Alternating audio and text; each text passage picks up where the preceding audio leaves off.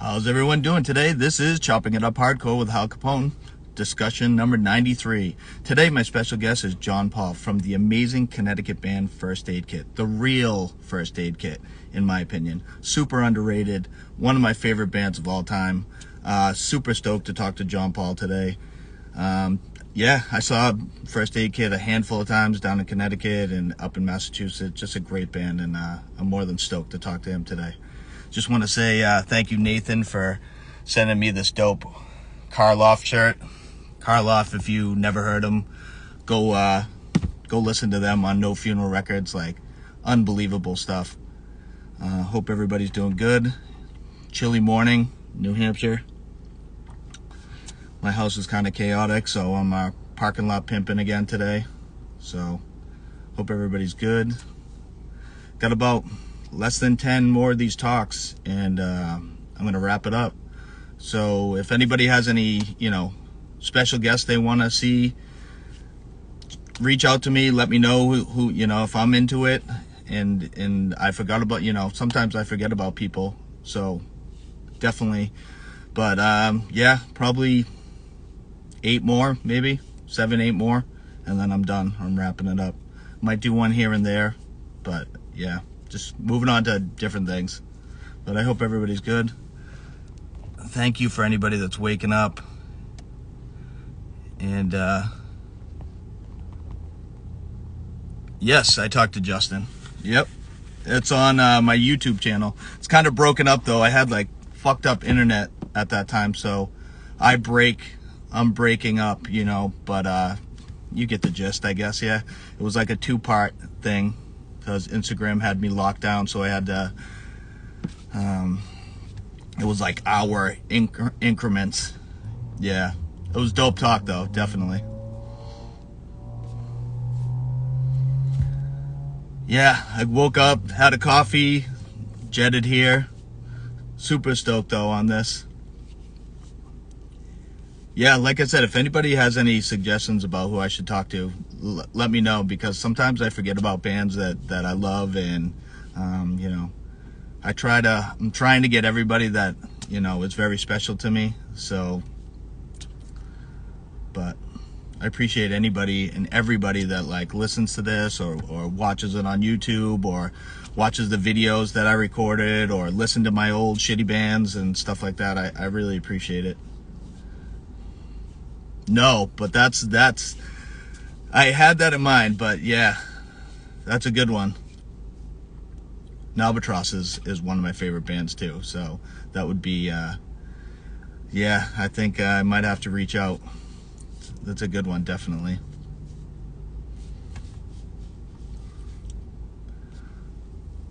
John Paul should be coming on. I don't know if he's done a live before. It's always a sticky situation doing your first live, but he should be jumping on any second.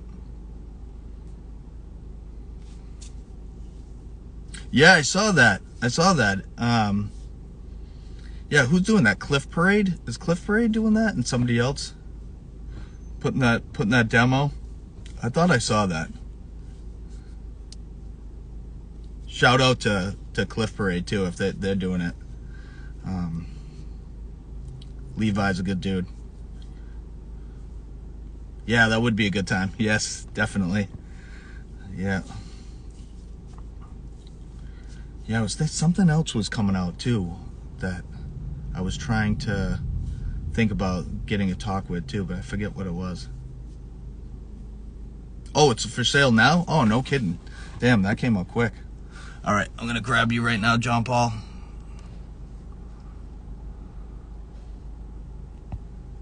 This works.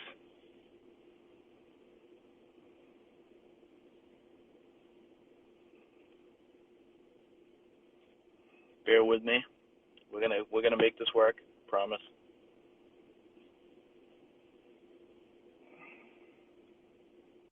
Shoot you another one.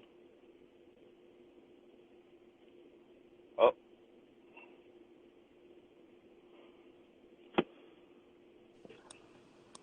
John Paul, what's going on? Hey man, sorry for the hang up. My dear wife warned me, yeah, like make sure you put the camera in a good place. So I'm trying to figure it out. No problem. No problem at all. Now, is this your first time doing an Instagram Live?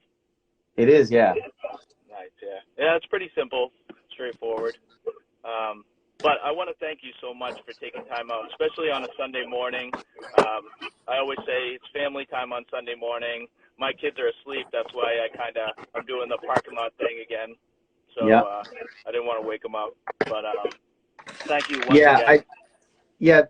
Also, the reason why I was, an extra 2 minutes late was just like, I think my brother and his wife were very kind. And they're sort of out the door at 10 because they're like, all right, well, that's our mark. So saying goodbye to my daughter. Yeah, but that's funny. You're sitting in the car. Yeah.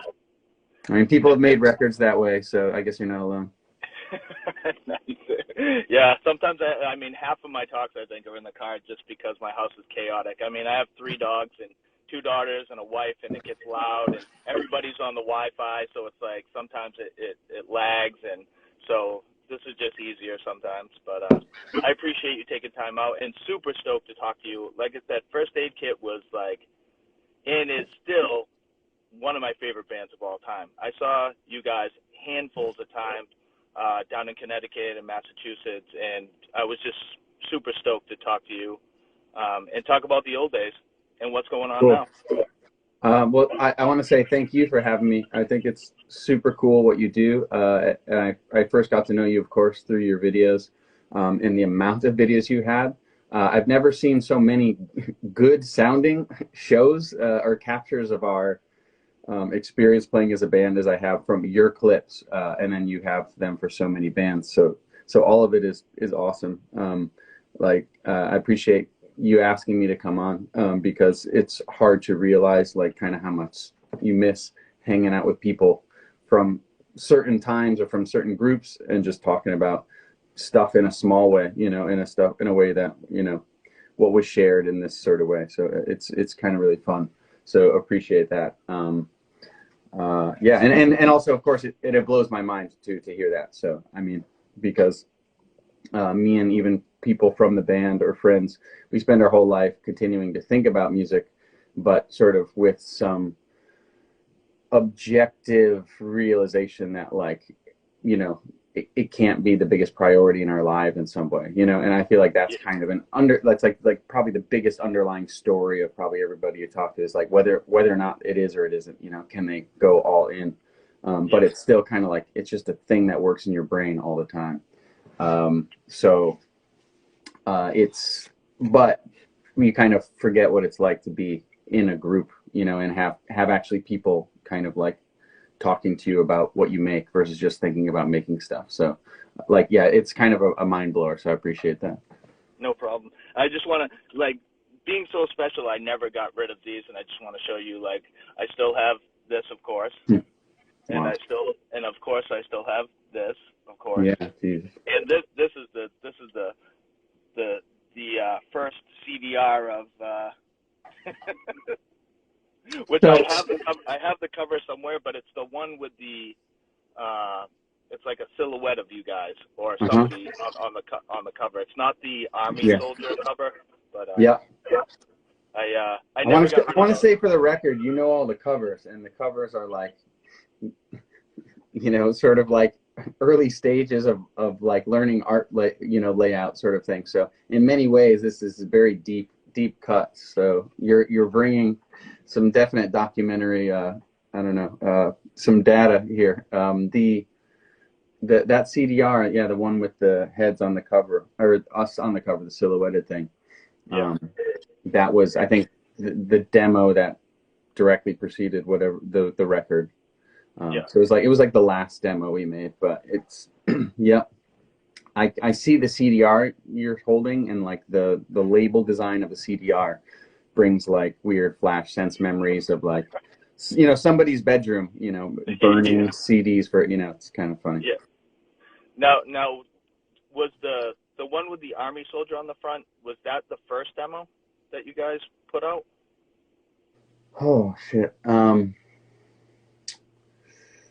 I think not. No? I think there were a few quick iterations, to be honest. I think there was 1 or 2 before that, because because I believe that was once our friend Brian Pyle, who I should say co-founded the band. Um, he switched to drums, so I think like there were some other ones from before that went out into the public, but you know, were I think Brian engineered in like a free version of Cakewalk, you know, through like an 1/8 inch jack on his PC, you know, so it was like it was all rough, but I think that was probably second or third maybe. Yeah, yeah. No, I wanted to ask you too. Um, do you ever think about putting First Aid Kit on a streaming site, maybe like a Bandcamp or something like that? Because I have people asking me all the time, like, where can I find this? Like, can I listen to this somewhere? And I mean, I think there's a few songs on YouTube from you guys, but other than that, it's like almost impossible to find music. Can we resolve that in Yeah, we can. Yeah, we can.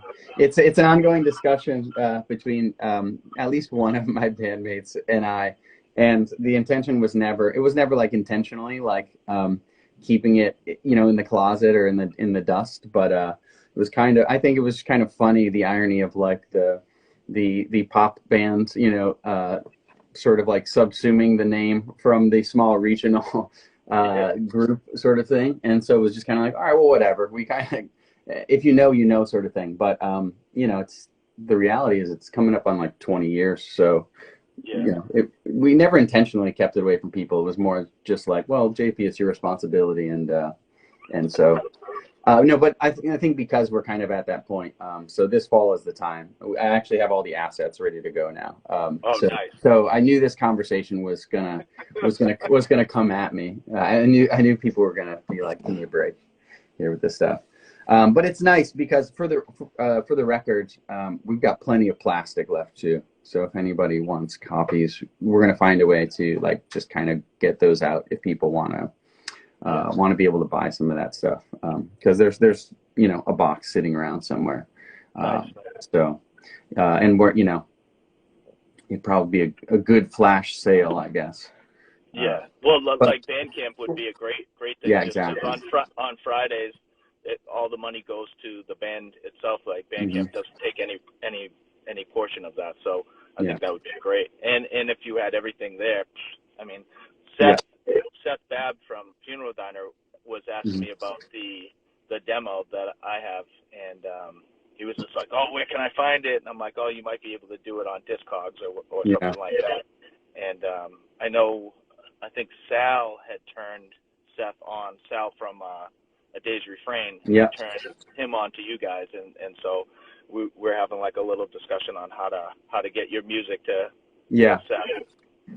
Yeah, it's funny because I don't get a chance to talk to some of you guys as often as I would like, or I used to. You know, for Sal, for instance, you know, we trade messages every once in a while. I don't sort of stay conscious of the mindset of like who is just annoyed that they can't you know, click on the button in the URL sort of thing. But I don't sort of experience like hey man, we want to hear this as often as I do just, you know, my closer friends just being, what are you waiting for?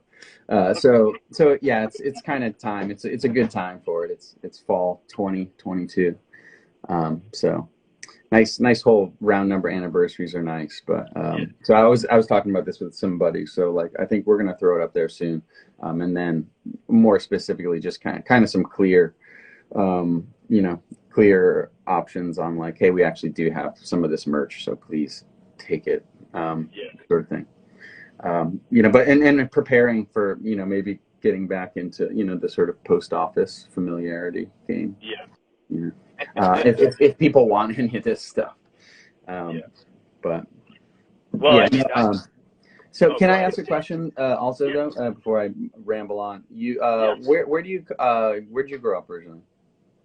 I was born in Haverhill, Massachusetts. Okay. I stayed there for a few years, and then I migrated to up in New Hampshire. So I lived in a town called Plastow, New Hampshire for a long time, and then kind of went towards Manchester, New Hampshire. So I've been in New Hampshire mostly all my life, but I was born in Massachusetts. So gotcha. Okay, cool. Because I had an awareness that you were like kind of from the New Hampshire scene, but I know there was a lot of, you know, that was relatively accessible and close, I think, for some of the New England East Coast sort of touring stuff. So, you know, not too far from the Massachusetts and Connecticut stuff still, right? Yes. I mean, as exhibited by your archive, I guess. Yes. Brian Burnett is on here saying, I what's see. up to you? Got him. What's up, Brian? I see lots of friends joining. I want to say that's pretty cool. Some of them are sort of, you know, work friends and adult friends, and not. And some of them are kind of punk friends, and that's super fun. Yeah, Sal, and so from what you're talking about, it's like Sal from ADR, A Day's Refrain. He was a buddy. It was kind of one of those early kind of like youngest serendipitous overlappings. It's like literally my partner, girlfriend at the time in college, was roommates with Sean from A Day's Refrain's, you know, girlfriend, and they're like, your boyfriend likes punk? You know, it's like, he should meet my boyfriend. And it was like kind of like a blind friend date. So it was kind of funny because, of course, like that friendship and that kind of thread in terms of just the opportunity to connect to more bands and other you know, punk bands who would like what we were doing, was kind of all kind of because of that. But then it was nice because it was like, okay, some Connecticut to New Jersey, and through New Jersey you get to maybe Pennsylvania and some other stuff. And so it's kind of nice to reflect on those little sort of serendipitous pathways, I think. Yeah. I always ask, the first question I always ask with these talks is, what got you into punk and hardcore and that type of music, and what were you listening to before that when you were a kid? Cool. I think when the music on my brain thing, I talk about this with my brother sometimes. It's kind of an accident in a weird way. Like, you know, my parents were born in the 40s. They're kind of like, they are the Beatles generation. By the time they kind of married later for their generation, right? And then and I was kind of the last of 3 kids. So whatever, it was like when I was a kid in the house, you know, they were like many parents, they were just like, oh, we listen to the oldies. You know, it was already pre-packaged, like from so early on. It was already like, this is an era, and it was ready to go, and it kind of like was a time capsule, didn't change. So for some reason, shout out to anybody who knows, but Big D 103, you know, the Connecticut station, was the oldie station. And for some reason, no one ever turned the radio off in our house. They just turned the volume up and down, right? And like, they weren't like music people. It was just, hey, there's the old, you know, it was like the oldies. It was kind of like the din just kind of by accident stayed on all the time. Yeah. And so it was kind of just like Motown R&B pipeline into the brain. It was actually like this slow churn cataloging. And it took me a long time to realize that, you know, when you go through like punk and then you kind of come back around as an adult and you go like, wait a minute, I haven't paid attention to the Beatles in like 12 years. And then you kind of go, whoa. And you kind of go through the chronological journey.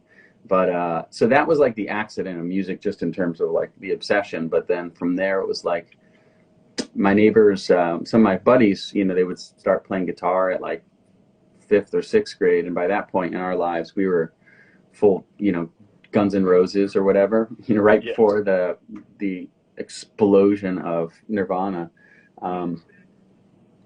They were starting to learn guitar, and I couldn't, you know, basically it was like we couldn't afford lessons basically, or whatever. It seemed less attainable then, you know, like getting set up isn't like $200 and YouTube out the door. It was like a bigger thing. Like, can you give me a ride? Can you give me lessons? How am I going to do this? You know? Yeah. So I kind of had this epiphany at one point when like I heard my brother bring home a cassette tape. He had recorded on a what is it, like a tape recorder, right? And it was like some 8th grade party at the time, you know, or something, 7th grade. And he's sitting in a garage with his friend and a couple other people, and they're playing like a Chili Pepper song. And I'm like, is that you? That's you singing? And he's like, yeah. And I was like, oh, like you can do that? You know, it's kind of that sort of like, you could start, I was kind of I was sort of following on his heels, you know, kind of being the younger brother. And so the moment I kind of realized like, oh, so you we don't have a guitar, or, we don't have any musical lessons or capabilities. So it's like, all right, well, then be the singer, sort of thing. So it was literally that kind of, I'd say, like musical desperation sort of thing, that kind of launched that, but it was, I think following a wave just in terms of music that on the trajectory of punk was similar to a lot of my friends and probably people here, which is that, like, you fall in love with music somehow, but then you kind of just realize you want to be intentional, or something leads you to, I don't know, like, say, looking for the danger stuff, or looking for the art stuff. I don't know when those sort of sensibilities click, but in our era it was like Nirvana versus Guns N' Roses, hedonism versus the other thing, like stripping it down, and also like just trying to signal different values as a culture is exciting, even to just the point of like bullying. I feel like that was a key difference I saw between punk kids and people who just weren't thinking about, like, here is the media, and then down here is some other stuff going on. But to, like, I don't know, put a more specific circle under it, aside from just kind of like my trajectory, or that sort of like adolescent, trajectory. Specifically, I've talked to a few friends here who kind of, they go through funk or folk to probably even funk and hardcore and punk, in the span of their music tastes their whole life. But somehow hum comes up many times as this like crossover from, like, I want to find something deeper than Nirvana, but then also getting to punk somehow. And I think the only way I can attribute to it was literally just kind of like that kind of crossover edge or something. The 120 minutes, like, what is this band? This feels new. But it doesn't totally catch on, in a massive way. They have like one big song, and you realize, like, oh, there's kind of this alt thing going on. But at that time, that was kind of like right before probably Bad Brains and Minor Threat and stuff came into my awareness, or something, like within a year or two. So I don't know. Yeah, it's like a couple gateways, it's just, I think, the Motown and oldies as kind of falling in love with music itself, and then just kind of wanting to see music expressing some of the, I think, values culturally that as a kid you're just kind of like, I don't know, is this cool? Like, everybody does this, but is it really? I don't know. Or that early philosophy stuff that I think somehow bleeds into like the art you're trying to, find, I don't know, solace or whatever. And I think also, just in general, once you realize, like, friends around you can play music, and maybe we should try that, in the sort of kid sense of things, like, I don't know, projects and imagination is like the key to everything. Is just play with stuff, and don't be afraid. So, like, as soon as you realize, like, could we make a song? And also, like, I don't know, how do we put these two tape recorders together, or whatever the music hack stuff is. It's just kind of perfect, I think, for kids. It's just tinkering, tinkering with poetry, tinkering with gear, tinkering with musical ability. I don't know. It's really fascinating. I think every person should start a band, but it's okay that not everybody's good, Yeah. I feel the same way. When I first made my first band, I was same thing, kind of tinkering on things and trying to, like, I was the vocalist as well, and I was trying to find topics that I wanted to talk about. And it was so long ago that it was like, I mean, the first demo that I put out, my topics were like, one was the O.J. Simpson trial was a song that I wrote about. That's dating back a while. And I'm trying to think, like, there was a song about my hometown, and there was a song about like a child's first crush on a girl. You know what I mean? When you were when you were real young, and just holding hands was like the most important thing. You know what I mean? Maybe a peck on the cheek was like something very special. So emo, man. So goth. Yeah, that's definitely. awesome. But yeah, I'm definitely everybody should try to start a band. And Yeah. speaking of like starting a band, was First Aid Kit your real first band that you played out with, or were you in a band before First Aid Kit? I mean, technically a few. There was like, I was saying the sixth grade was kind of like the inception of the band format. Because I saw my brother's friends kind of trying to do it in middle school already. So it was like, oh, let's get a jump on this, you know. And, you know, a lot of 12-year-olds weren't thinking about that, you know. So it was like cover songs, you know, from sixth grade through high school, really. But that was a high school band. I'm going to give a special shout out to my high school band channel. Very like, I don't know, 90s sort of style single name band. But yeah, no, we played like Pearl Jam, and we played, I don't know what else. We got into some shift songs, so like kind of started to bring in some like post-hardcore whatever stuff that was bleeding in while this cover band was starting. But during that time, I think I met Brad from First Aid Kit in high school, and Brad's the guitar player, for anybody who might not know. And he, by the time I met him, he had already sort of like gone deep dive into Dinosaur Jr., and I had already kind of come across that too. I think like Dinosaur Jr. was one of those bands I had heard of and seen through like being around older kids or something, or just being around MTV and some of the smaller levels of kind of like alternative stuff. And so like they were, I think, one of those first CDs I got in like the whole BMG like music subscription thing. Yeah.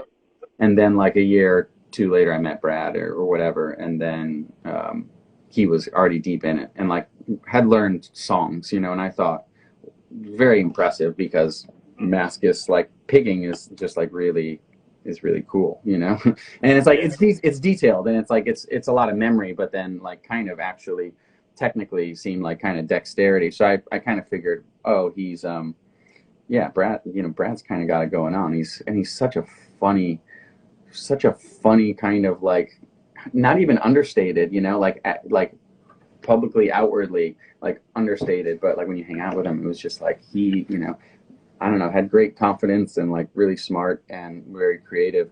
And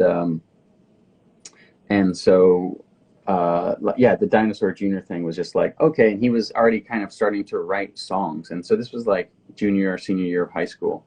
And so by that point I had tried to sort of start picking up drums, because it was one of those things that was always like, well, that guitar seems too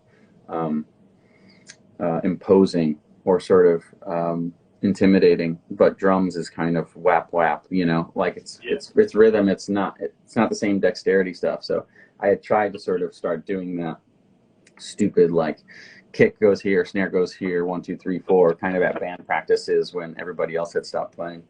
So I finally got a cheap drum set at that point in like high school. So the second bands, I should say, were like all me playing drums, because it was hard to find a drummer, particularly like in high school, around a small town, and then also find a drummer or a person that clicked, you know, or also like had some sort of had some sort of musical dig or journey that they were on in the same way.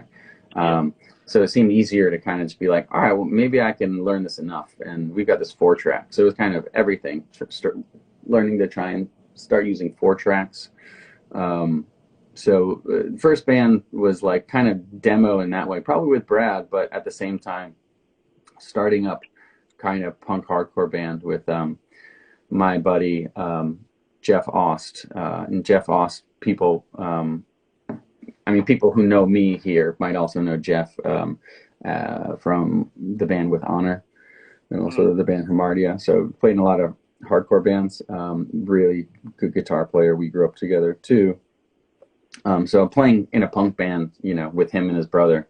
So it's kind of funny. Before like the Ost brothers, as we refer to them sometimes, went on to just be like an awesome guitar pair, just like really good players, with a bunch of other friends that we have and stuff. Like I was trying to keep up with them on a drum set. So we had a band that was originally called Fall Away, that then became Crestfallen.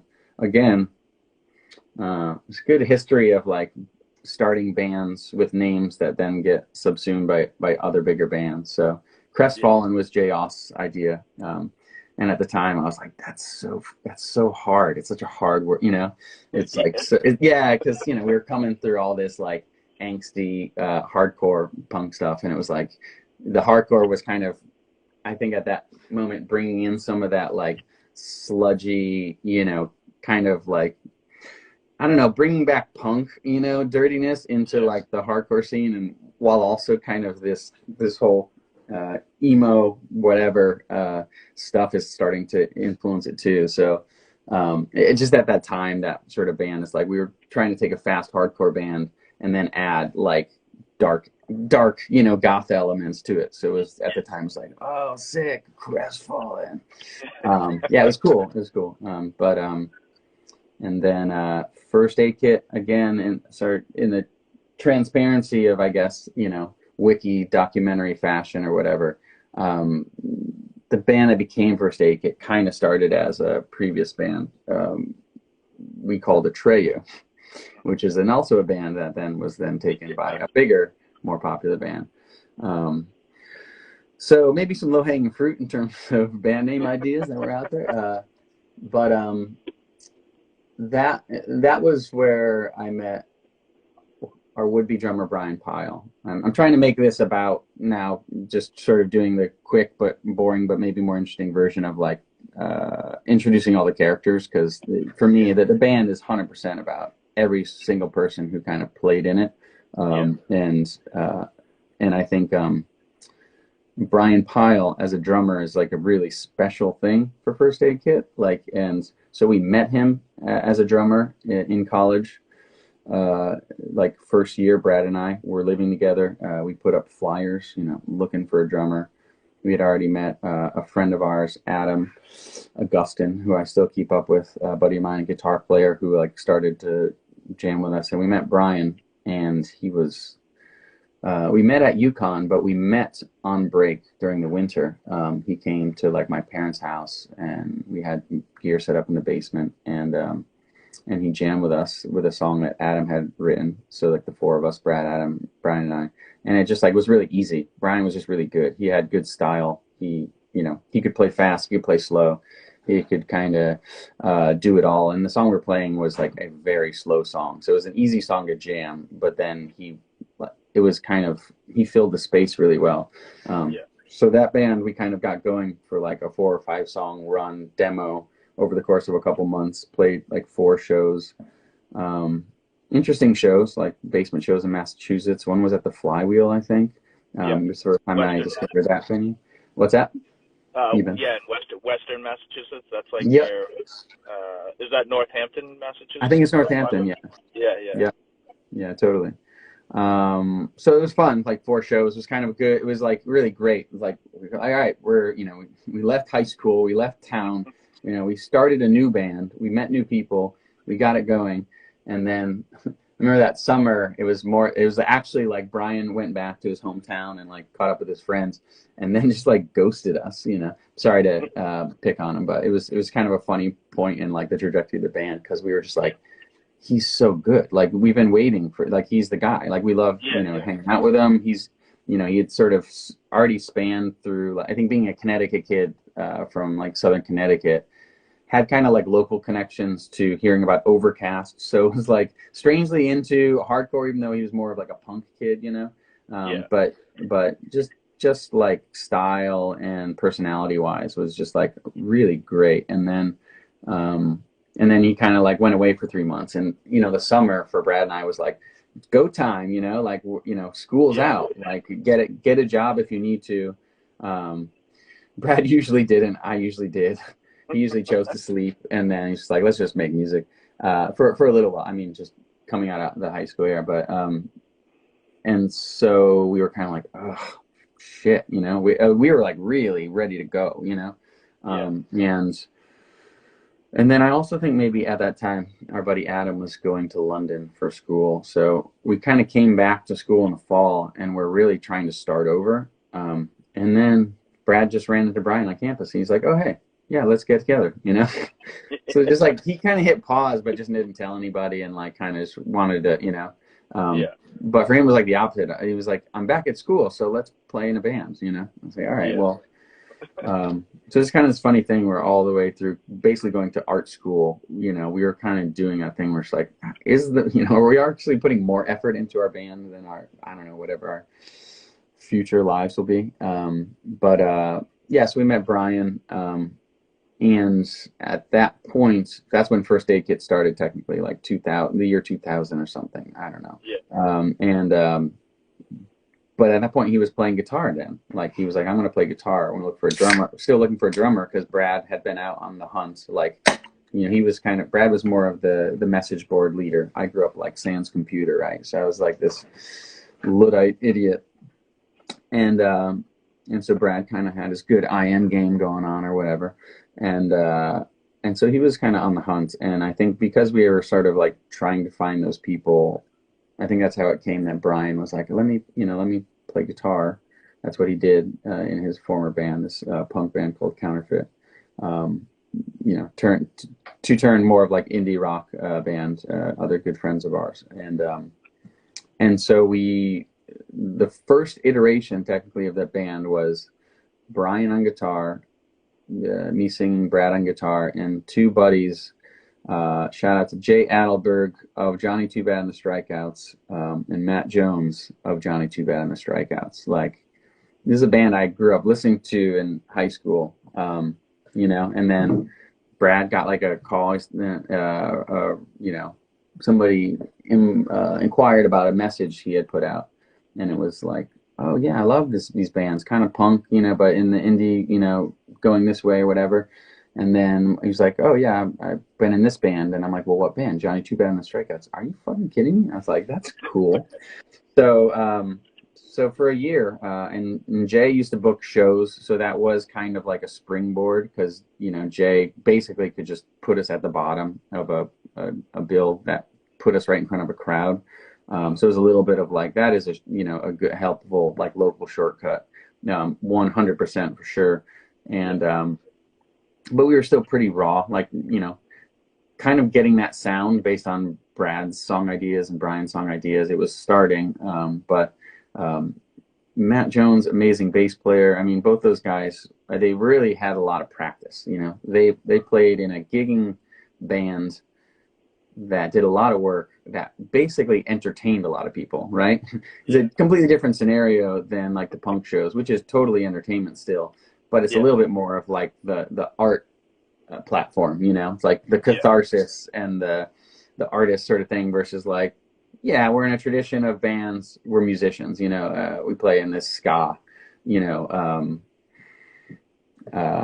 whatever I think it would describe their band, I guess, at the time, just riding the sort of ska, you know, generation, but solid musicians. Jay was always self-admittedly, he's like, listen, I'm an older dog with certain tricks. Older dog. I mean, he was like 10 years older than us. You know, we were like 22 and he was like 30 or whatever. So I say that with irony as an old guy. But really a sweet guy. And also, like, you know, again, he played to his strengths, and he more or less like was very predictable, which was like a really good way to start a band. You know, it's like the drummer kind of knows what he's good at, and kind of like shows up, you know, more or less.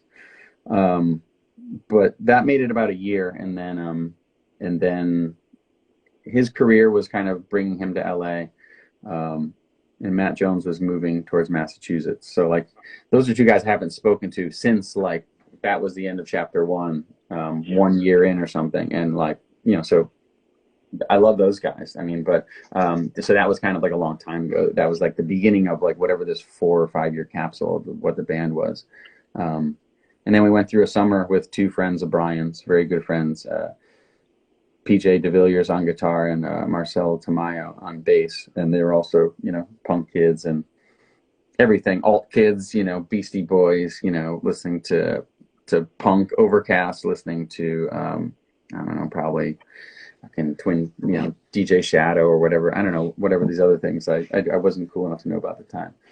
But yeah, so that was another one of those summer break iterations. And then we came back around in the fall again. And then that was when Brian was back on drums, and we kind of moved through some of the final lineup changes. But I'm getting like too Wikipedia about it because I wanted to start plugging all the friends, but I figured maybe we can find a more organic way of giving all those guys a shout out.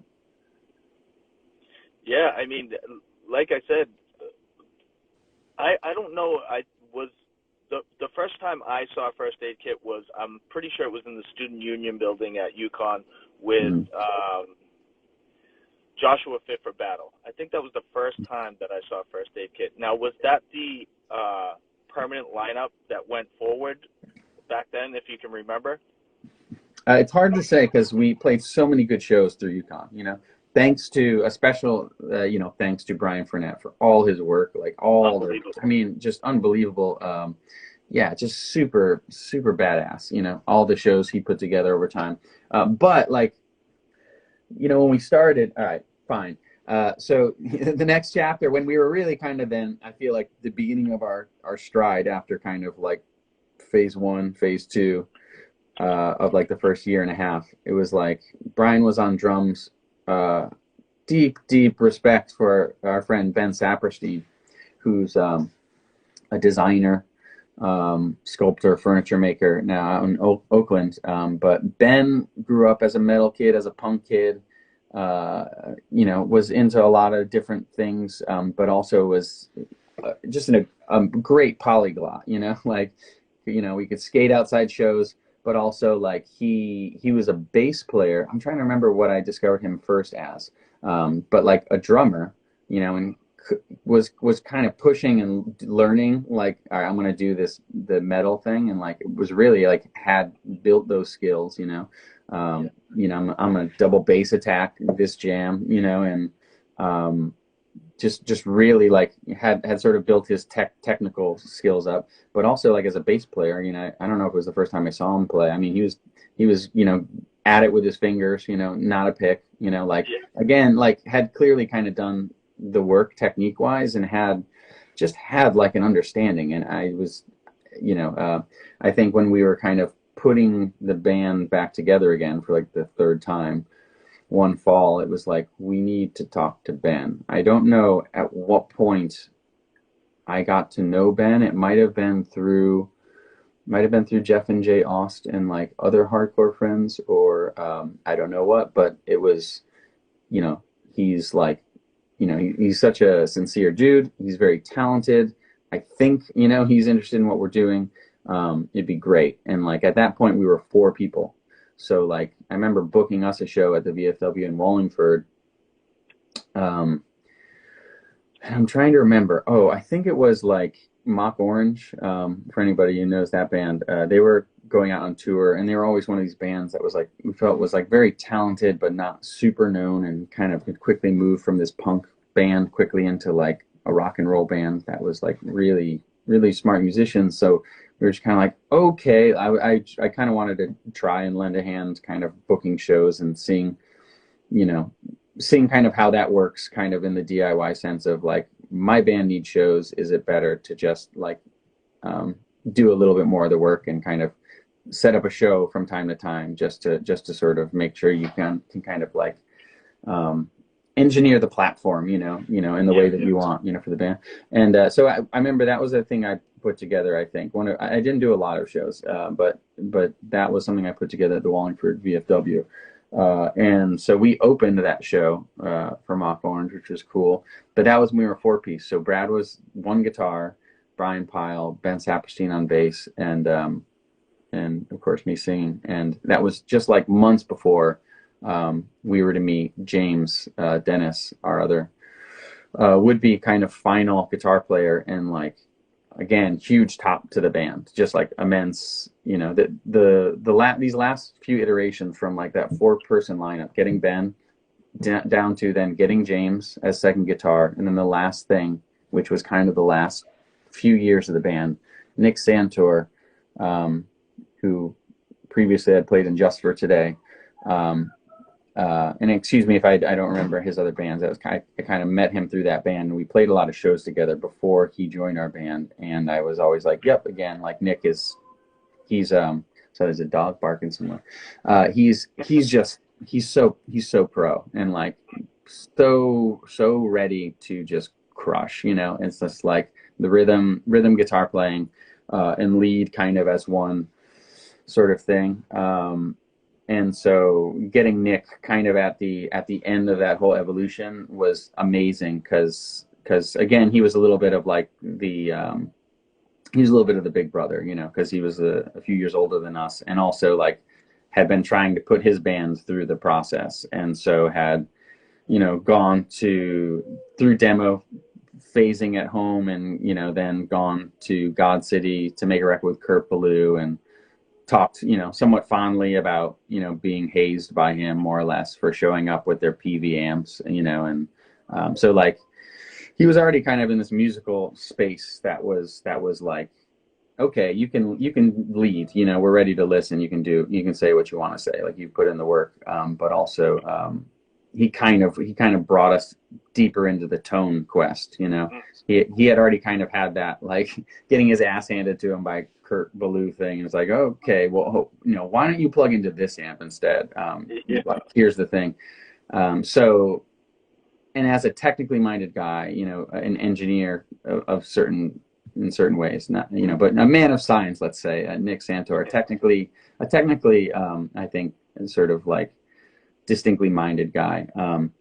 He, you know, he had already kind of gone down that path. So like he came into the band basically going like, yeah, well, I would love to play guitar, but clearly, like I want to join the band because of you two guys playing guitar, and not just because of them, of course, but like it was, you know, he's a guitar player, so you kind of do the adjacent math. He's like, well, I'll pick up the bass basically to play with you guys. So it was like, please, you know, and that was I think because Ben, you know, I think moving more or less, you know, like Ben was moving on to something else. So we got Nick, and also with him we got this kind of, yeah, that extra like platform of like tone questing, you know. It's like, okay, so like what if we bring the amps down, you know, and push the sound more, or we kind of have some of these warm pieces in the chain, but I mean still raging, you know, just raging to the wall loud. But it's an important thing, because I feel like if you want to talk about the story of a band, you know, I don't know, it's the side channel YouTube geek thing. It's like talking about gear. So it's an important kind of part of evolution, and like I think also kind of taking pride in, you know, the band you're doing, and also it has funny stories, because like 20-year-olds trying to scrape together cash for gear, you know, it's like anyway, so yeah, I mean that brings us kind of through all the so your point about like at that show at UConn, it could have been that if it was 5 pieces, then it was probably the final lineup, but it could have been a moment when we were a 5-piece still with Ben before he left. So I also, you asked about like, hey, do you have any photos for the I can put on Instagram, and I had to go look on my hard drive. And the thing is, like, I did lose one hard drive, like, kind of the hard way, you know, when I was like 22. But I was trying to think of these pictures I had in my head of our band from over the years, and I think I was just remembering like analog photos I have in an album somewhere. I think that's sitting in like a closet at my mom's house, you know. So I couldn't find a picture of the final band, you know. It's like I couldn't find a picture with Nick in it. And I know we have like candid shots and group shots, you know, but so for what it's worth, like don't want to leave anybody out of this chat. It's like, it's such a good, so cool to find ways to tell stories about, you know, the buddies who kind of made the music what it is. Yeah, definitely. I wanted to ask you, what kind of genre do you think First Aid Kit is? Because, you know, it like I hear like indie rock, I hear emo, I hear just like a rock and roll band, and also the second part of this question is, you were in more of the hardcore screamo-y like shows. I mean, obviously you played you know, shows more geared towards the sound you were doing. Like I saw you guys play with Superstitions of the Sky at Brass City Records, but I wanted to know what do you kind of like? I know it's hard to subgenres and stuff like that. But what is First Aid Kit? Like, what kind of music would you say it is? I mean, at the time, we probably would have said, like, to be as clear as possible, we probably said we're a rock band, but I kind of understand, like, these sort of post-hardcore elements. Like, I think you could call First Aid Kit a post-hardcore band. I think, if you go stylistically, I'm going to like cruise through like the music geek stuff now. It's like, if stylistically, I wouldn't call it post-punk just because I feel like viscerally it brings different things to mind stylistically. But like, for the most part, I think, the reason it's kind of convoluted, but I think the reason you saw us in a lot of hardcore shows as a band that wasn't a hardcore band was because we most identified with punk, So it's like hardcore was the most punk thing around, because punk, I don't know, at the time was like almost more stylish, it was like there was a punk scene, but I don't know, hardcore just seemed to be a little bit more freeform, just as a space. And so it's like, okay, it's a hardcore show, but like, well, I mean, it's going to be obvious, whether or not you want to call us a hardcore band when we play. So what does that matter? But I mean, it did not have its tension points. It's like we didn't want to be always playing between. We wanted to play with bands who sounded not like us, but who didn't sound like hardcore bands. But I think more or less it was the nature of the I think the community we were already attached to, and also like the idea of again, just like having access to a space that felt DIY. Like, it felt like it was the best you could sort of look for. I mean, because if you're trying to be a rock band in the rock scene, it's like, I mean, I feel like straight away then, what do you mean? So do you want to get a manager and have like a press kit so you can get on the opening slot at the Webster, for who? Yeah. It seemed like unattainable. It just seemed like, what the hell do you know about that? So like, how are you going to go be a rock band, from Hartford? No one cares, just like, I don't know, just find out where there's kids who want to go see music and then just go play there.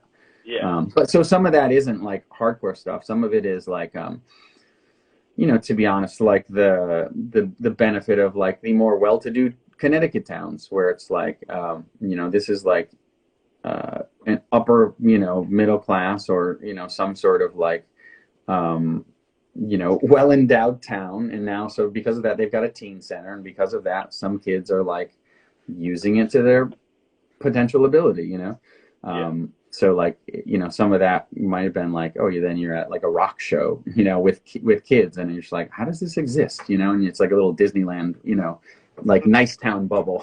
I don't want to be like unkind. I'm trying to be kind of the fact that like it was, it's like cool that you kind of just, again, in the first time in your lives, you make friends from across the state, and you're like, okay, you're like, boom, off.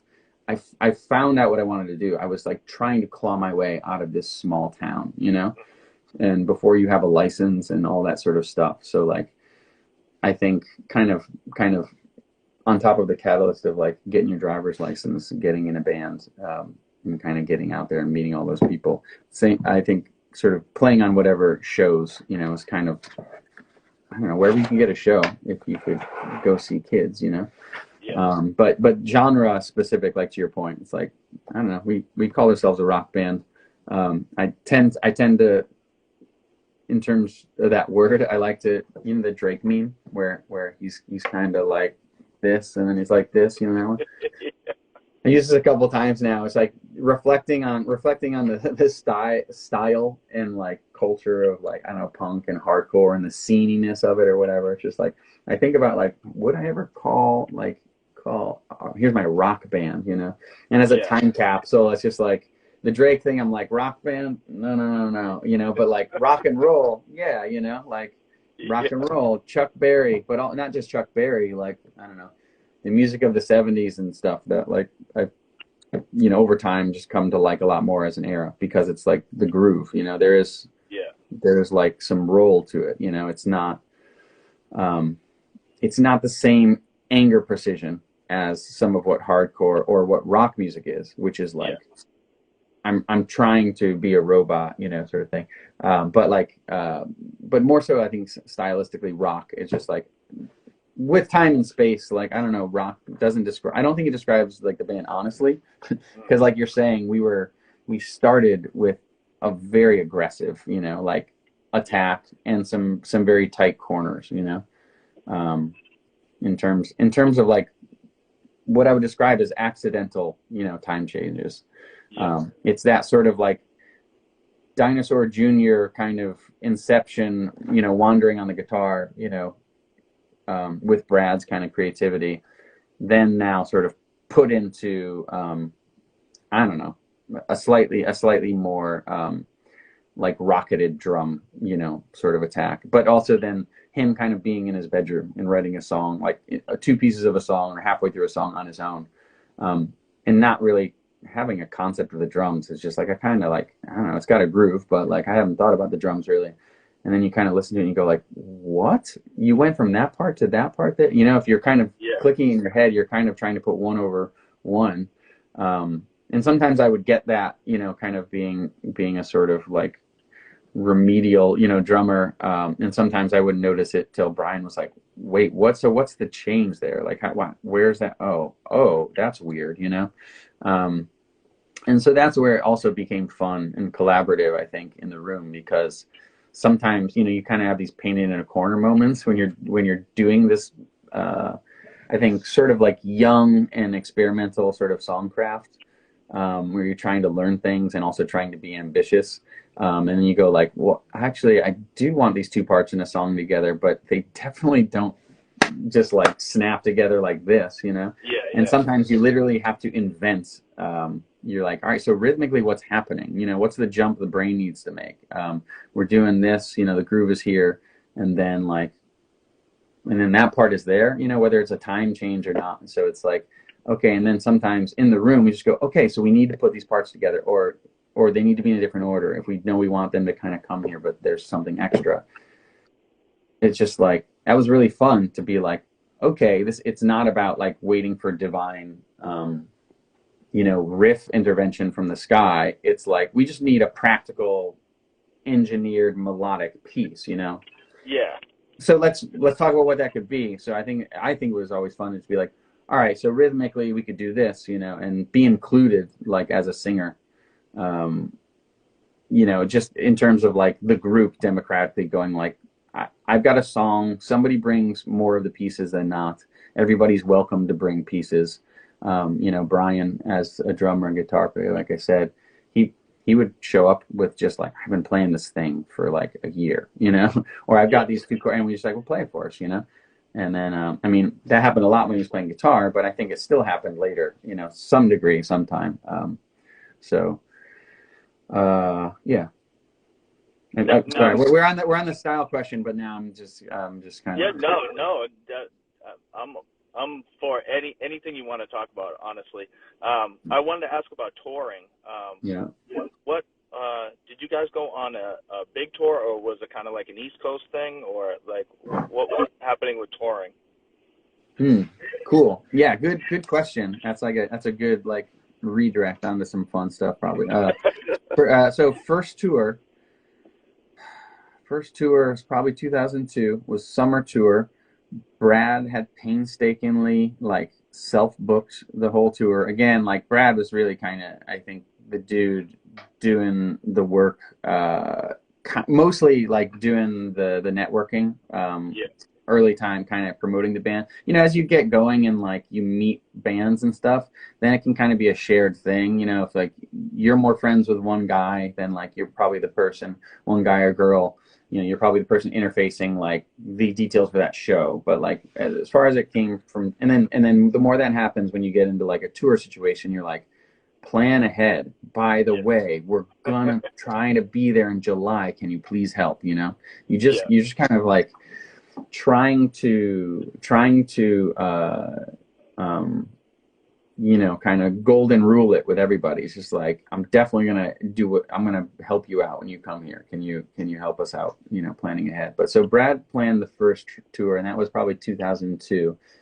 And there's so many good stories about that tour. But it's like, you know, it's a crapshoot. You don't know. This show's 3 people. That show is a cool show because guess what? It was one of those things we knew. we were going to be able to be with friends in another state or something. Yeah. And we were like 21 or something, or no, like 20, so only Brian Pyle, the drummer, and James Dennis on our first tour. And our first tour, by the way, was still with Ben Saperstein. Shout out. We have pictures of him shooting fireworks out of the van and stuff. But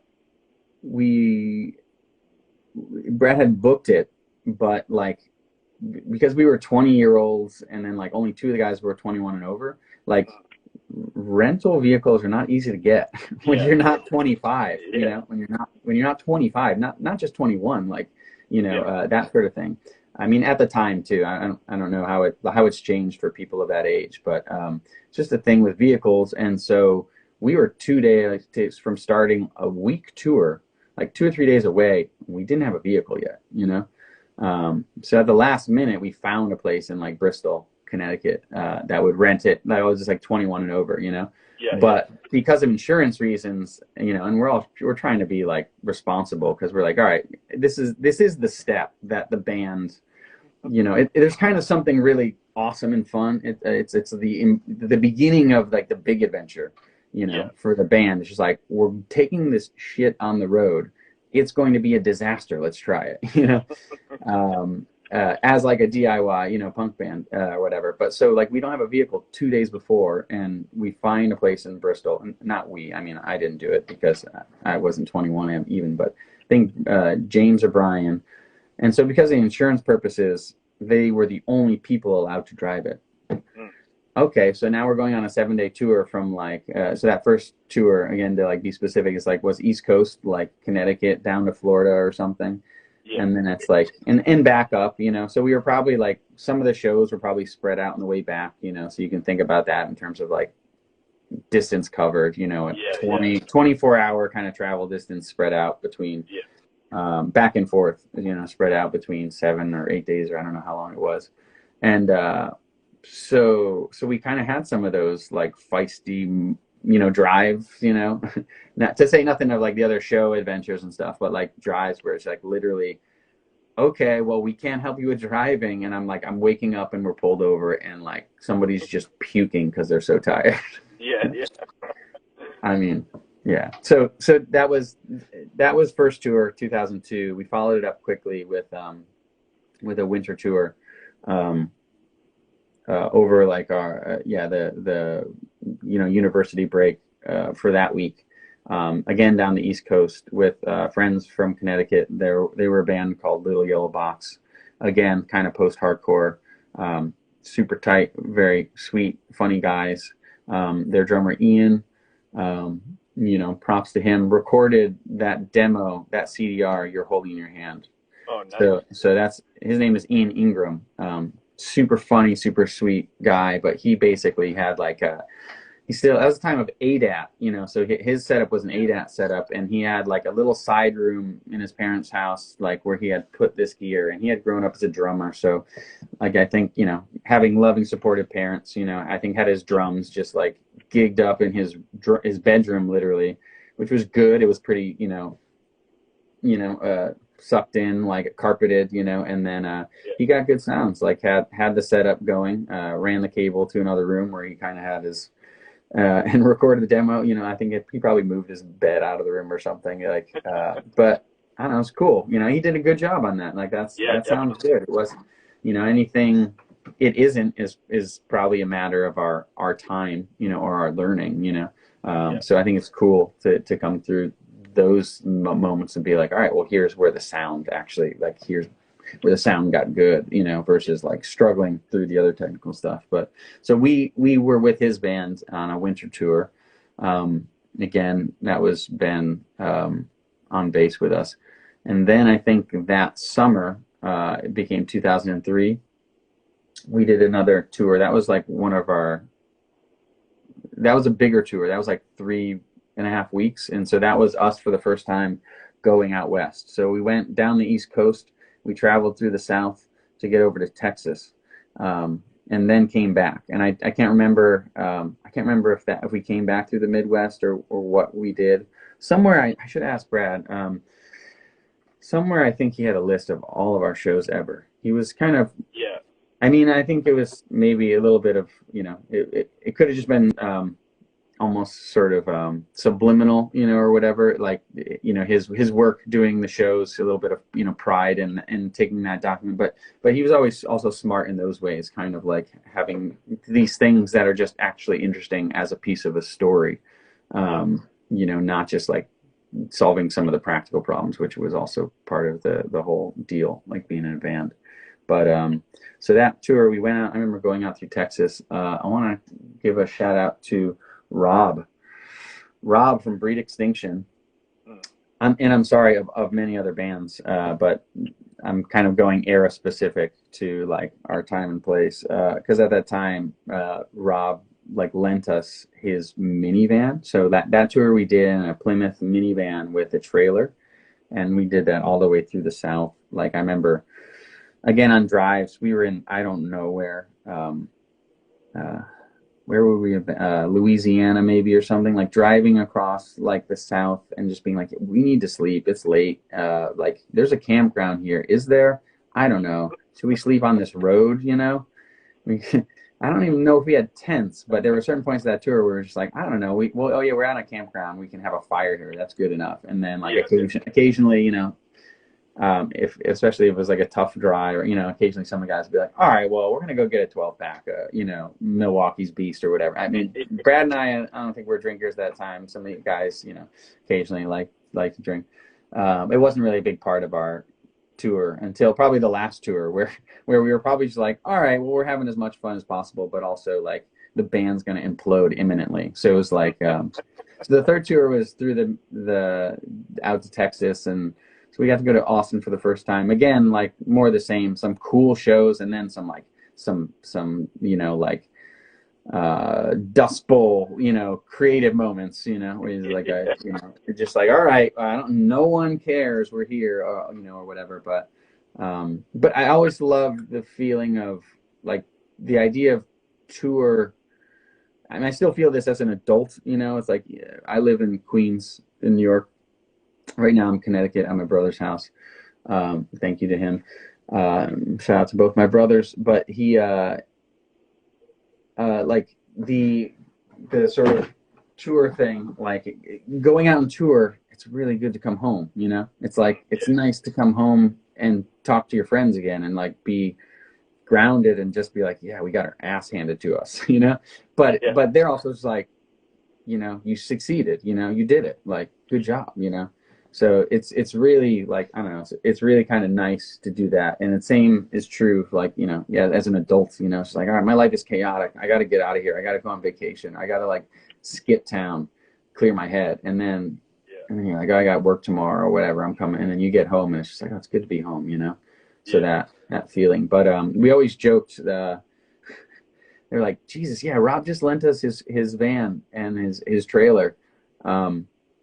It's like, man, it's so nice of this guy. Like, I love Rob. Like, he really came through for us, Again, like, always, he was like a friend of Greg Giorgio's, who recorded all our music, more or less that as you know it, as really in release form. So big love to Greg, but no Rob through Greg. They were in Breed Extinction together, and and Nick, who is also pretty good friends with both those guys. So this tour, Nick is in the band now. Somewhere in that winter, I think Nick joined us in 2002, and Nick's like, I think he was kind of hoping the van would break down, so like, he could be done with it, or just like, we replace him, which I think, it was just like a cynical, like friend, punk joke.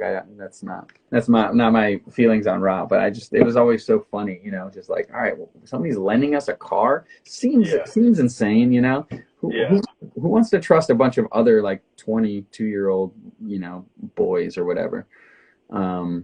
But then, in that last tour, the following summer was more the same. It was like half kind of our own booking, again, probably spearheaded by Brad, and with lots of help from friends we had made. And that was like 3 weeks, and that was, I think, like an East Coast thing again. Maybe, you know, sort of trying to build on whatever grooves we had. Maybe a little bit of Midwest, I can't remember. But then the second half of the tour was like more of kind of a bigger adventure, because our friend Mark Allen, he was a drummer in a band called Counterfeit, which again, the punk band I mentioned, that continued to like evolve and became like, you know, kind of a more indie band, like really good song crafters and songwriters, really good musicians. They moved out to California, but in being out there, Mark was just this amazing drummer, and he grew up with James, guitar player, First Aid Kit. So before James moved back to the East Coast, you know, they all moved out there, and then James ended up coming back. But meanwhile, over time, like Mark had played out a lot with Counterfeit, and then met more people, San Diego area, and then, you know, basically kind of became friends with the guys in that band Finch, you know, big kind of like post-hardcore. I don't know how, again, I don't know how these bands describe them, but like commercial successful, kind of coming out of what was happening with pop punk and I don't know, hardcore and emo, like, you know, in rock kind of breaking through, you know, after kind of grunge and I don't know what, like, you know, garage rock was coming back and stuff. But if he joined Finch, they lost their drummer, and they had already kind of had some success on Drive Through Records or whatever it was they were on, and, you know, had kind of like some hits or something, you know, like, so they could pack shows, and he did the second record with them, and it was really interesting because he was like, our friend kind of joined this band that was bigger. And it was actually like, to him, it was a side gig. Like he loved the dudes in the band, but he was always kind of about his main band. And so we saw him kind of pushing that band to be kind of like basically more prog, you know, and more, just kind of was pushing them to sort of like take their musicianship and kind of do what we were doing in like the hardcore scene, you know, more or less, you know, I think, which was interesting. But the point of that is he kind of like cut us the deal to just like attach us to the tour, because more or less Finch was like, okay, but will you? It started to become a career for him, a job. Like Finch would pay his bills, so like he didn't want to give up his band, but he was like, I can make some money or make money. I don't know what you know how it fit into his life at the time, but I can, you know, do this as a drummer. Like, why would I say no to this opportunity? Like, I like these guys. And I'm writing other good music. So, but like he also kind of had leverage, because it was just like, we need a good drummer. You're fucking rad, you know? So he's like, okay, but you're gonna put my band on the show, and you're gonna put my other friend's band on the show. So it was like, Finch and this band Recover as like the two headlining acts, and then Counterfeit and First Aid Kit as like, you know, basically it was supposed to be a 3-band bill, and he just got us added on at the very bottom, you know, which was good for his band too, you know. But so it was like, okay, we're on a tour, we don't have much money, but we're getting like $200 a night. At least we know we can buy Waffle House and gasoline, you know. And so that was the last tour, and that was like I think 2 weeks, or maybe 2 weeks and change, tapped onto like a 3-week or something like that, more of our own booked tour, you know. So it was kind of like the small one, and then like attached to the big one, where we're like following these, you know, big kind of young popular like kind of bands, like fill up clubs, you know, and actually have a built-in audience, but also have still some blend of indifference or really good nights, you know. It's like and I don't think that we ever had a bad night on that tour. It was just more of like, there's a lot of top end here in terms of like who the crowd is here to see, and that also means it's a lot of like just time. It's like a lot of good fun hanging out, but also just feels like a really deep venture, because you're now trying to be respectful of this larger unit that you're kind of seeing every day. So it's just intense as a journey, or as an adventure, like 3 weeks of doing your DIY punk tour, and then also doing this other thing, which is kind of like the best thing you can ask for. Oh, we've got stuff lined up this summer. So that was cool. You know, I was being able to occasionally, you know, like, yes, we can be thrown up here in front of these other bands, but then get a built-in like audience of 1,000 people. Like, holy shit, you know? Pretty cool. So Definitely. so all props to Mark Allen, just to underscore that big time. Like he's such a good friend, and good friend of James and all of us. But he kind of like he was one of those people who again did a lot for us, if not just for like the story of the group. Kind of like Greg Giorgio, just recording all our music, just such a fun time. Yeah. Definitely. I want to ask, is there any songs that never got put out there that First Aid Kit did that you guys were working on before you broke up that maybe, you know, if you do a band camp or whatever, that there's going to be some, you know, unheard songs that are put out there? There are two. Oh. You seen Point Break? Yes, of course. Utah, give me two. There are two songs. Yeah.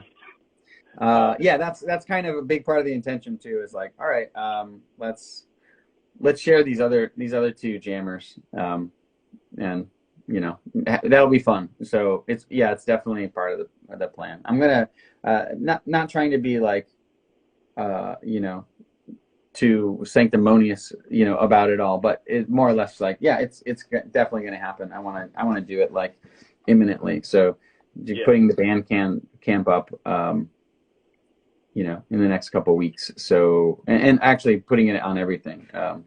I've gotten some advice from people because I basically I never digitized anything. It was always kind of like, it's okay to be in a time capsule, but the farther we go, the more people are expecting you to do it.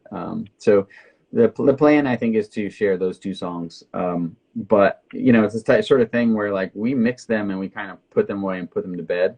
It was like a retroactive thing, like making those songs. It was like, hey, let's kind of get together and jam these out, just so we can have them for us, you know, sort of thing. Or we'll see later, sort of thing. So now it's like, well, later's here. So I think with those two, it's just like they were never mastered, you know. So it's like just small technical things that like when you put them together, it's just like, all right, well, when we do that, we have to do these few things, and then, you know, that becomes a reason why it's parked, sort of thing. So now I'm just making excuses, but yeah, I think there's two songs in the short of it that I think people will get a chance to hear if they want. Awesome. And also when you put that up and you said you have some plastic stuff to sell as well. Did you save any First Aid Kit shirts that you guys had, or? Oh man. Really good question. I might have sent some shirts to Salvation Army. I got to be honest, because it's really hard to sort of like, I think like in some ways sometimes move your life forward while like trying to protect some of this stuff. You know, you're kind of like, it's not about incremental money. It's like, all right, is anybody gonna want these things? We spent.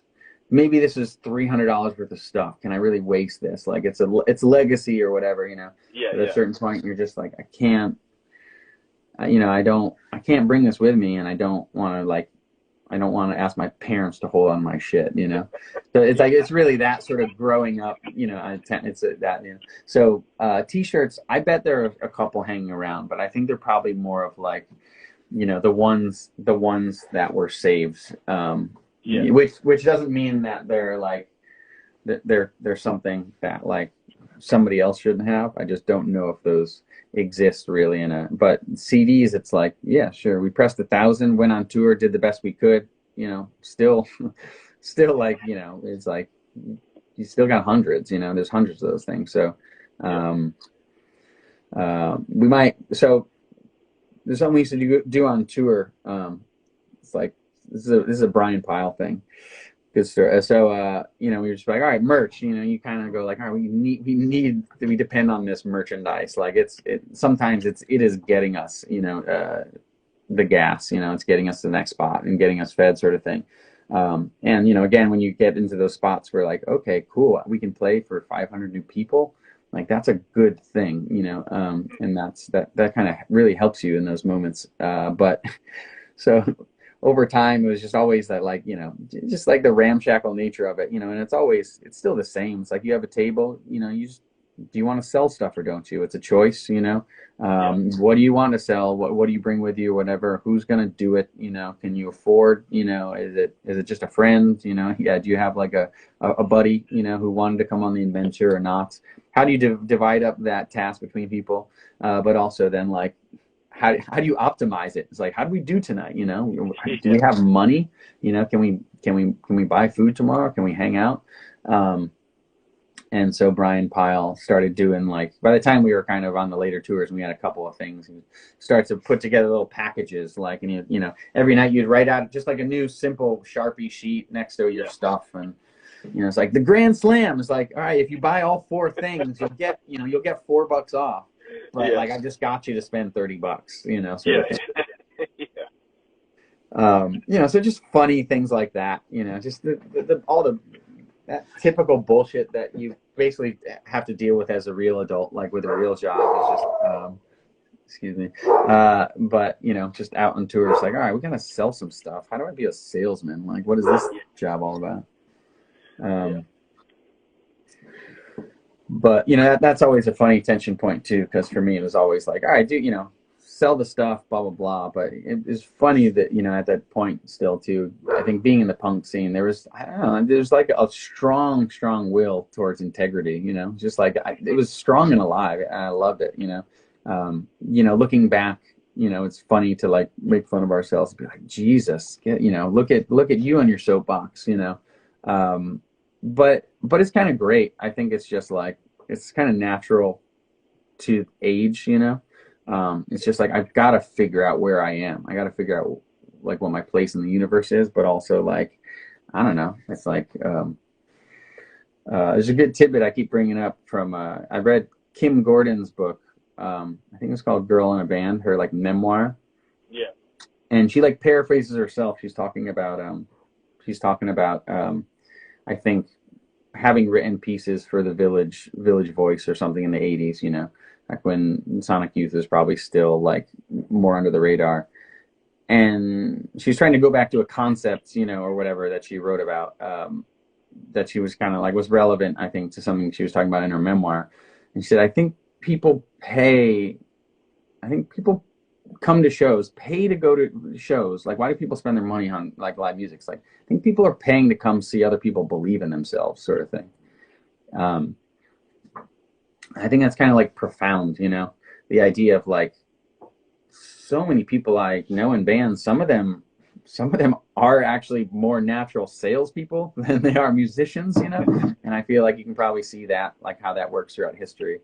You know, in the music industry, it's just like, all right, well, I got a really good thing and a good network going, but actually, like, I'm not going to be in this band anymore. I'm going to like go over here and do this other thing, you know, and support the music in some other way, or in a, you know, a more sinister way. I'm going to go over here and like be a sneaky deal maker or something like that. But like, it's, I don't know. It's just that tension point of like trying to manage a band and go like, I don't know, do we have any opportunity? What is opportunity? What does opportunity mean for us? Like, what is our goal? Do we think we could take this farther? And then kind of like navigating that with like the really strong idealism of like being a 20-year-old or whatever, you know? Yeah. It's just interesting, I think. Yeah, definitely. I don't want to keep you for too long, so usually at the end of these discussions, I always do a rapid fire. So, Cool. you ready for some rapid fire action? Hell yeah. All right. My first question always is all-time favorite punk or hardcore band from New England for you. All-time favorite. Oh, from New England. Shit. Punk or hardcore band from New England. If it's in like punk or hardcore, I'm gonna have to say Estrogen Highs, because it's kind of later, you know, it's kind of like later sort of era. You know, New Haven, it's, you know, for my turf, but also like great dudes who are in like other great bands, and I think the just name rips so hard. If you said anywhere, I would have said like maybe Bad Brains or something, but Yeah. Nice. My second question: what was your first punk hardcore show you attended? Like real punk or hardcore show that you attended, that you weren't in a band, kind of you went there and it wasn't like a battle of the bands type of thing. It was like a real, you know, hardcore punk show. Oh yeah, 100%. Me and Jeff Ost went to see. I don't know if I know all the bands. I'm sure it was Hatebreed and Earth Crisis at New Britain Sports Palace. And as is typical, that was like our first hardcore show. I think I had been to like my first concert maybe like a year before at like 13 or 14. Yeah. And then soon after was like going to hardcore shows. But that was like, we went to a few shows there, you know, and it was a scene. And like that first show was, I think, definitely, you know, the pit opened up, and then I think Hatebreed was over, and then there was just like a pool of blood on the ground, like somebody had gotten smacked with a mini baseball bat. And so it was that sort of thing where it's just like, welcome to the show, you know, kids. And also, you know, it would PETA booths. So like that was literally, I don't want to be like super Earth Crisis about it, but like my first hardcore show. I mean, punk shows, I don't know. I probably saw plenty of like local shit about town, you know, local punk ass kids, but PETA too. And it was like, holy, looking at like mass farming propaganda. Like I literally became vegetarian the next day. For what that's worth. So, you know, hey. Hatebreed shows back then were, especially in Connecticut, were wild. I saw maybe, I think I went down there twice to see Hatebreed, and every time was it was quite a spectacle. Oh, dude. For sure. For sure. I mean, I'm glad I witnessed, you know, some of it, but yeah, I was like, I moved through hardcore. I loved it, and I loved it kind of getting into it as punk. But there was a reason I kind of moved through it, because I couldn't kind of exist in that that energy for too long, you know. But you know, some of the arty hardcore stuff, you know, where everybody brought their feelings and you know, tried really hard to support each other. That was like, it was still always a good scene. So I don't know, the niches of hardcore and stuff in New England, but I'll keep going. My next question: what was your all-time favorite show that you played? Holy shit! It's a really good question. I'm sorry, I'm gonna have to pause and think about it for a second.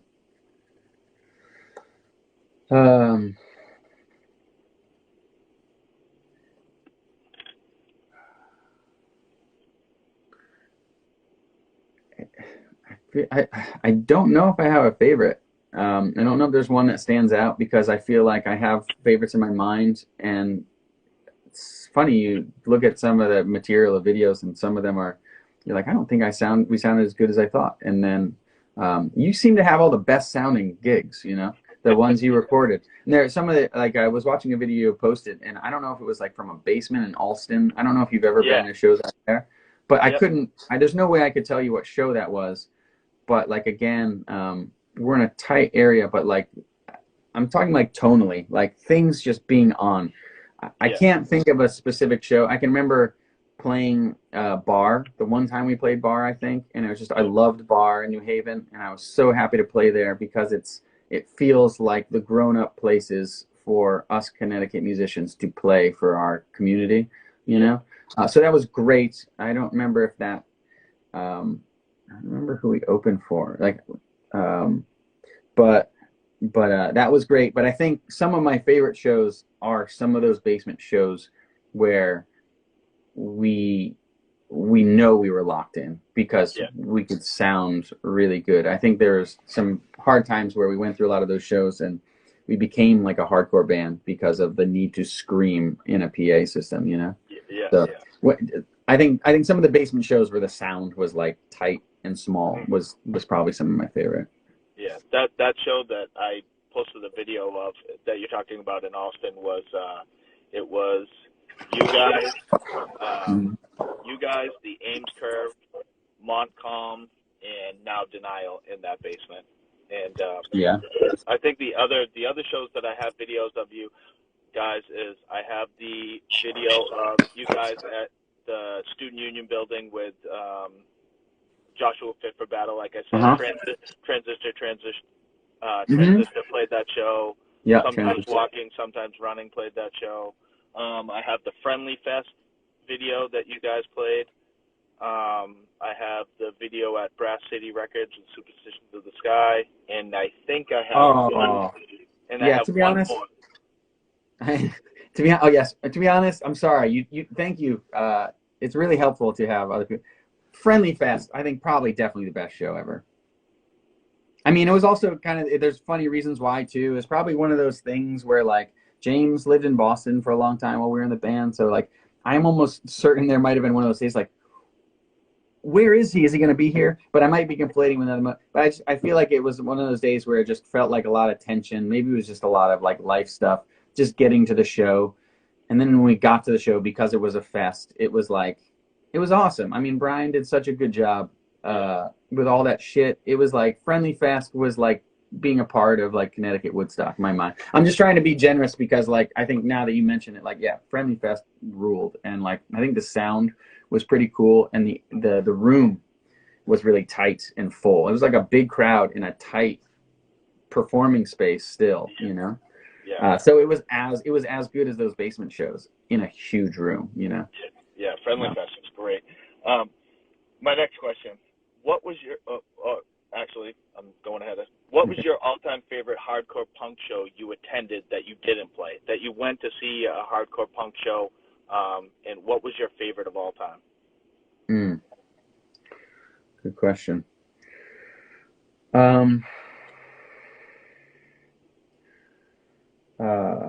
Geez, man, it's been so long since I've thought about some of these shows. I mean, if I'm going straight at hardcore punk again, I feel like punk shows at this era, they wouldn't have been like the show where like I feel like I was maybe discovering like being in the zeitgeist, you know, sort of thing. Yeah. But to that degree, it's got to be like a Bane show at like the Hanover House, you know. Yeah. Just again going to like the idea of context in time, like looking back, just like who stands out. It's just like the dudes who crushed it. You know, dudes is I think a multi-gender term, just to be clear, but all the people who just crushed it and like had just ironclad, you know, sort of honor, you know. And I think that was, just Bane shows were nuts, and they were always cathartic. They were amazing, you know.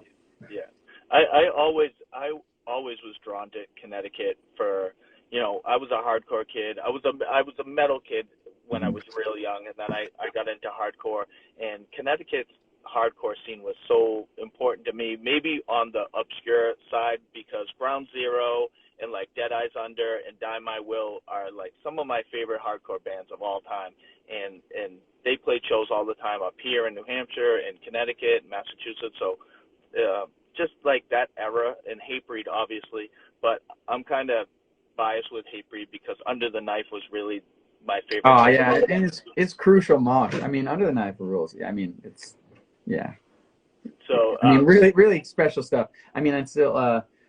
You ever read that book, Our Band Could Be Your Life? It's Michael Azerrad, the guy I think who did some Kurt Cobain, you know, journalism or whatever. He wrote it about like basically indie punk scene, and it's just like interviews with musicians, you know, from Discord to SST to, you know, Minutemen, all that sort of stuff. Yeah. Oh,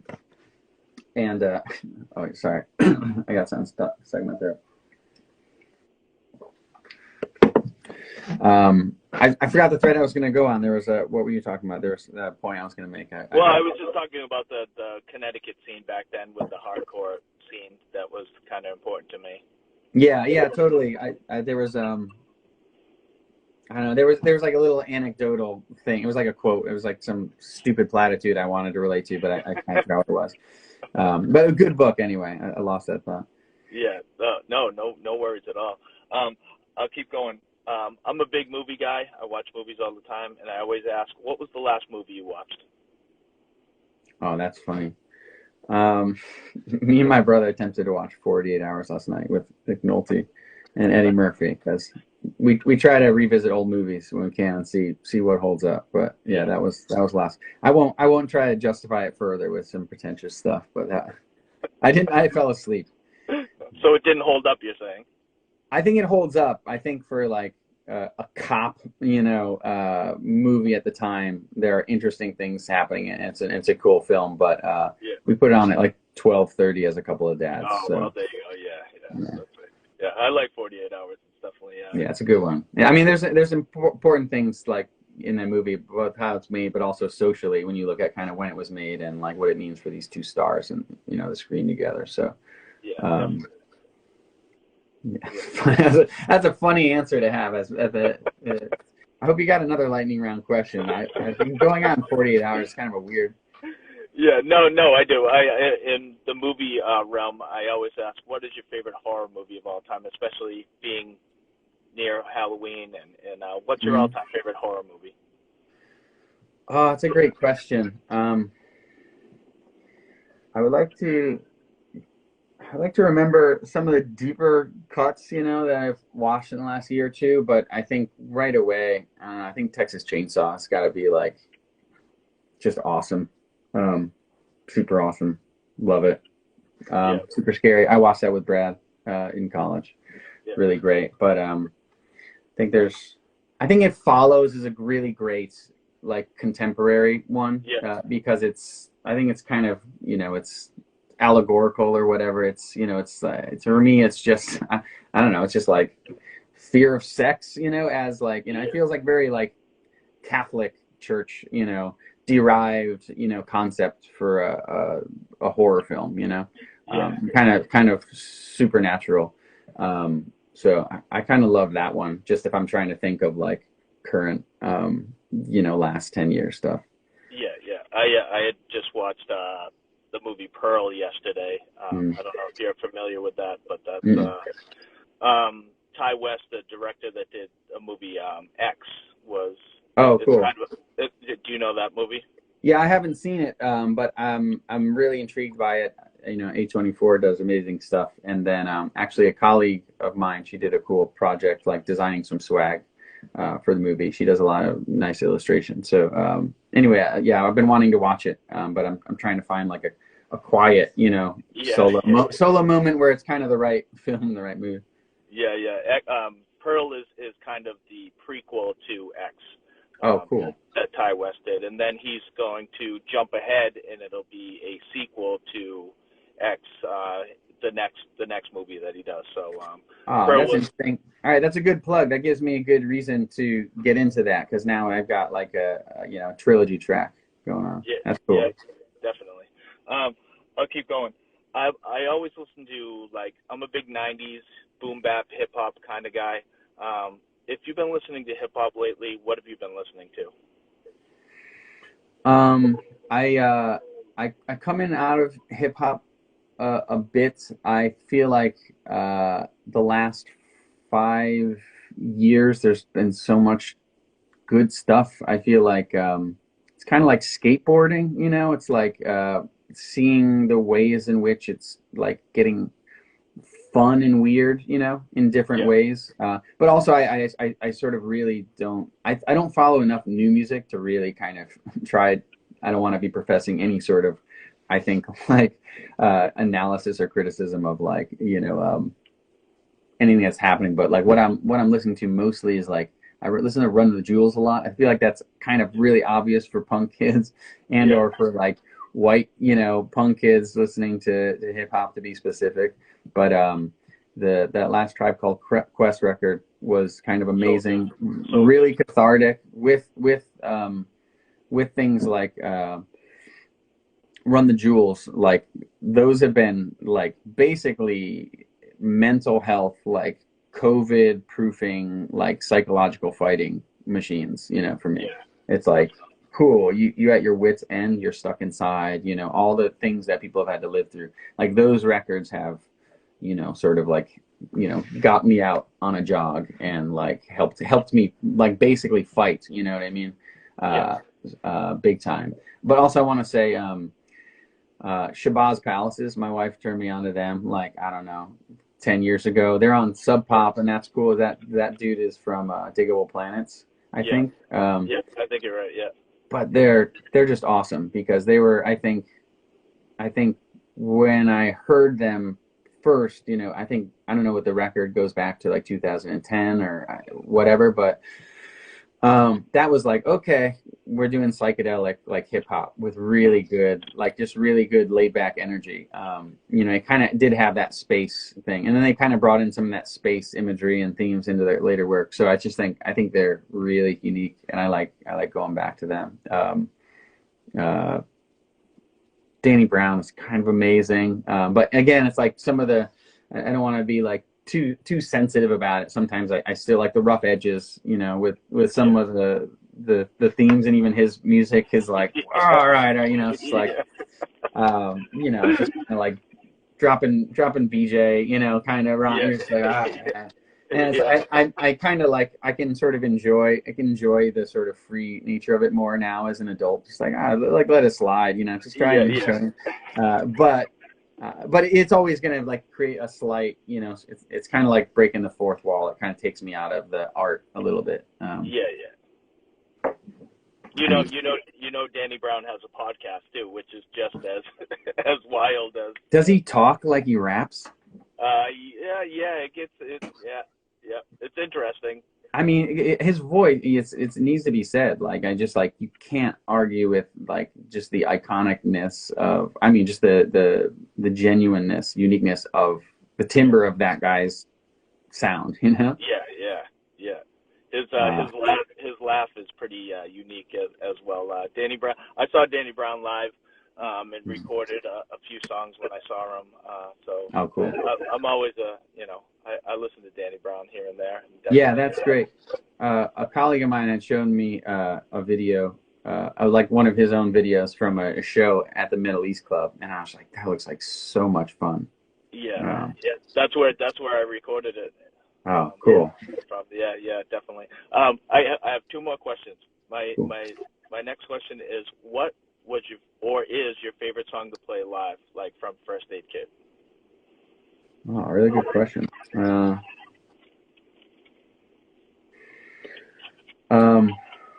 I remembered my story about the Our Band Could Be Your Life, if you want to hear that, by the way. And I'll try to work it into my rapid answer. So a lot of Discord guys in that book. So one of the moments is them talking to Guy Picciotto, and talking about before he was like, you know, of course, before he was in Fugazi, like knowing the guys, you know, being in the scene with them and watching a Minor Threat practice, and just like the point of like the melody or whatever in the music, but him saying like, I remember watching them write Screaming at a Wall. He's like, it was like watching the fucking Beatles practice, you know, just like the idea of like the clarity of this song, you know, even though it's a punk song, you know, just like melodically or whatever. So I don't remember why I was trying to work that story in, but it's a good one. But so I'm probably gonna tie it to my answer now though, because off the top of my head I probably want to say Frights and Shivers, you know, which is like the titled or self-titled, not titled, you know, track listing or whatever on the CD. Only because I feel like it represents such a corner in my mind. It represents that album, not only just the name, but I think the reason why it became the album name is because of what it represents, which is like, again, going through that process of trying to build a sound as a band and trying to build a family, you know, and a functioning thing that works as one. Like going through all those demos and going through those people changes, and you're trying to find your chi, you know, or whatever. Trying to find your center, trying to find, you know, your glue. There's a lot of stuff on that record which is still like evolutional pieces. Like, you know, we have recorded on this demo. There's a lot of stuff that was still fresh. It was like demoed with the intention of like it going towards the record, whatever. But there are some things that we had gone through a couple times, through successive demos, and so that song. I also want to say that James Dennis, as a guitar player, when he came into the band, we were like, we kind of had the sound. We felt like we were kind of in a new stride again. It's that 4-piece, but it was like, it'll be clearly better with 2 guitar players, was always the intention. And Brian brought James in because he had just moved back to the East Coast, and James showed up at practice day 1 and just started writing rhythm tracks, and he had parts by the end of practice. I was fucking blown away, right? Yeah. But he's showing up and learning Brad's songs, which again, like to say, like they're interesting. I don't want to say accidents because it's all kind of from his, you know, a lot of guitar material originating from, but just kind of making it up. So Frights and Shivers too felt like a song where James is like, I got one, you know. So there's something special about it to me, where it's also like it was a James riff, you know, starting there, but also because of that, it kind of represents the point in which like the fulcrum of the record shifted. You know, it's like we know we are this far, you know, and we've got this much farther to go to finish, you know, to get these songs ready or get a, you know, for a record. And that song was like, it felt like the beginning of like another burst, you know, but also it just felt like an awesome face melter to pull out at shows. It was really fun. It really kind of like, but I saw some shows of us recorded and realized, oh, well, even when we wrote that song, we were immediately like, yes, let's play that. And then as we were writing those songs, there was a lot that I was still scatting through because we were just like excited to play new songs at shows, and I hadn't finished the words yet, you know. It's kind of funny because I think that's probably totally normal for punk bands, and for us it feels a little bit like sloppy. Yeah, definitely. But anyway, so yeah, Frights and Shivers, props to James on that one, both those guys, and Brad kind of put harmony vocals on that song, which is not a thing we did much, like other vocals, and so it was just like really, it was like there were some fresh things happening that I was excited about. And finally, I want to ask, what do you have going on musically now, or if anything, and like anything else that you would want to like talk about that you're a part of right now? Generally, like I sort of say to people, like music is my hobby, you know, because it can be my priority as a dad and that sort of thing. But my goal in life, if I want to kind of be sane with myself, you know, I want to kind of be like content, you know, and kind to myself. Like my goal in life, with how big a part of music that music plays in my life, it's like my goal is to play music, period. If I say my goal is to write and release music, I will be constantly disappointed by the ways in which I feel like I'm not living up to something that's really important to me, but only because I'm putting priorities like in other places, like, you know, my family and stuff. But I think, and I think that's natural. But like, that is to say, that is all to preface the reality that like I've never stopped playing. Like every week I play with my buddy Matt. We have a group called Daylight Monster. We've got a, you know, like a 4-track or 8-track recording online on Bandcamp. People can hear. They look up Daylight Monster. It's, you know, it's pretty raw. It's, you know, but we recorded it at my buddy John Miller's house in his basement on his 8-track, and just tried to do it as quickly as we can. And so that was like a long time ago. We made that with our friend George, but me and the bass player Matt still write and make songs together. We just don't have like a full form band, so it's very much, you know, it's just like our projects are continuing to hang out and tinker. James and I, you know, kind of occasionally come together and jam. James, the guitar player of the First Aid Kit, we share a rehearsal space. It's his rehearsal space. He was kind enough to let me and Matt come into it, so we do still kind of share music, hang out in New York, and like jammed a couple songs recently. You know, we've experimented with the idea of starting a kind of actual straight ahead like punk band. So we recorded a demo last week.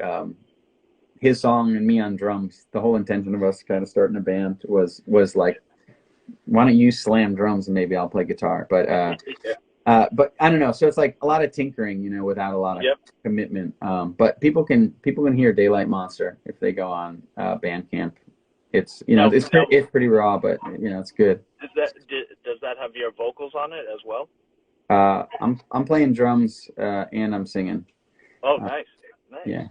Awesome. It was a short moment of time we started that group, and we were practicing so much, like twice a week, which is a lot for like old dudes.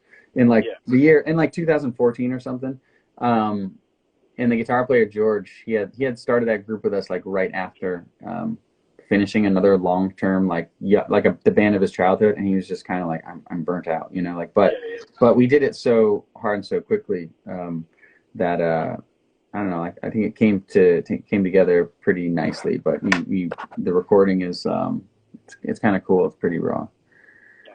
But what was I gonna say? Yeah, Matt. Anyway, props to Matt Gelbs. Love that dude. So look that stuff up. I'm hoping also, if talking about first aid kit like stuff, James and I and some other people I mentioned, we did have a group called Shipyards around like 2008, 2009. So that's also kind of in my plan to sort of put that stuff up on there, because streaming. Because we did like 2 EPs, and the second one was one of that sort of blow up end of band thing where it's just like, well, I don't know, like, am I really responsible for finding, the money and the time to, to finish this, which is kind of frustrating, but it's still kind of mostly done. So there's kind of like 1 EP from that band that is finished, again, recorded by our buddy Greg. Like really, really cool work he did on that. Just amazing sound. And same with all the guys in the group. And then there's another EP that's like just not mixed, basically.